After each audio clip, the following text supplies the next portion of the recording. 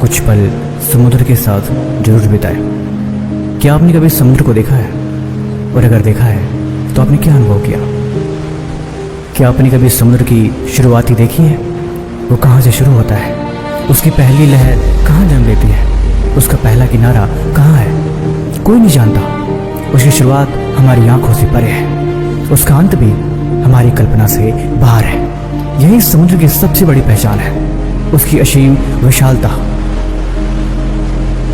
और शायद जीवन भी हमें यही सिखाना चाहता है। यदि आपको महान बनना है तो आपको अपनी सोच को भी समुद्र जैसा विशाल बनाना होगा। छोटी सोच वाले लोग छोटी छोटी बातों में उलझ जाते हैं, लेकिन समुद्र कभी भी छोटी चीजों में नहीं उलझता। हजारों नदियां हर दिन उसके भीतर आकर समा जाती हैं। कोई नदी हिमालय से आती है, कोई जंगलों से होते हुए आती है। कोई नदी साफ होती है तो कोई मिट्टी और गंदगी अपने साथ लेकर आती है।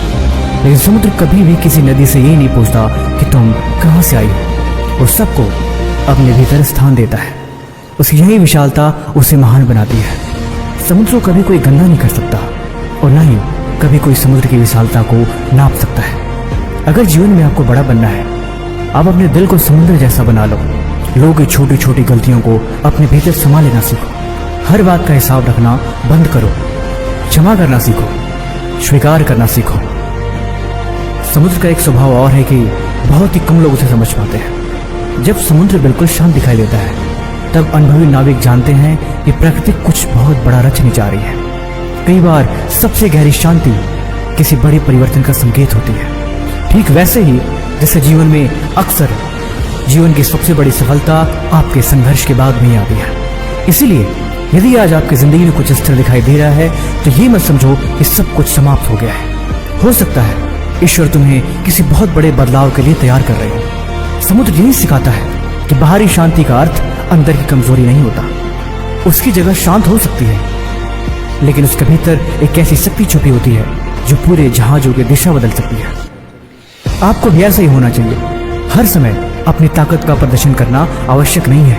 अपनी शांति की गहराई में समुद्र को समा जाने दो। सबसे शक्तिशाली वही होता है जो अपनी शक्तियों पे नियंत्रण करना जानता है। समुद्र कभी अपनी लहरों को रोकता नहीं है। लहरें आती हैं, किनारों से टकराती हैं, फिर टूट जाती हैं, फिर वापस लौटती हैं। लेकिन क्या वे लहरें हार मान लेती हैं? नहीं, ऐसा कभी नहीं होता। वो फिर आती हैं, दोबारा टकराती हैं और फिर टूट जाती हैं, और बार बार यही क्रम चलता रहता है। सदियों से यही काम चल रहा है। समुद्र हमें हर दिन ये सिखाता है कि सफलता कभी भी आपका अंत नहीं होती, बल्कि आपको अगली कोशिश के लिए हमेशा तैयार रहना होगा। और धीरे धीरे यही टूटना और यही जोर बड़े बड़े किनारों, चट्टानों और पत्थरों को तोड़ देते हैं। इंसान की सबसे बड़ी गलती यह है कि वो एक बार गिरने के बाद खुद को असफल मान लेता है, जबकि समुद्र की हर लहर कहती है अगर टूटना ही हार होता तो आज समंदर का कोई अस्तित्व नहीं होता। उसकी महानता इस बात में नहीं है कि उसकी कोई लहर कभी टूटती नहीं, बल्कि इस बात में है कि उसने टूटने के बाद भी कभी उठना नहीं छोड़ा, कभी प्रयास करना नहीं छोड़ा और ना ही कभी जिंदगी में हार मानी। समुद्र की एक सबसे बड़ी खासियत यह भी है कि वो जितना गहरा होता है वो उतना ही ऊपर से शांत दिखता है। और नदी जितना ही पानी कम रहेगा उसमें उतनी ही उछाल रहती है। नदियां इसीलिए शोर करती हैं और समुद्र हमेशा शांत रहता है। ठीक यही बात आपको भी समझनी पड़ेगी। जिसके भीतर ज्ञान, धैर्य, चरित्र और अनुभव की गहराई हो वे सबसे कम शोर करते हैं। वो हमेशा चुप रहते हैं और अपना मुंह बंद रखते हैं।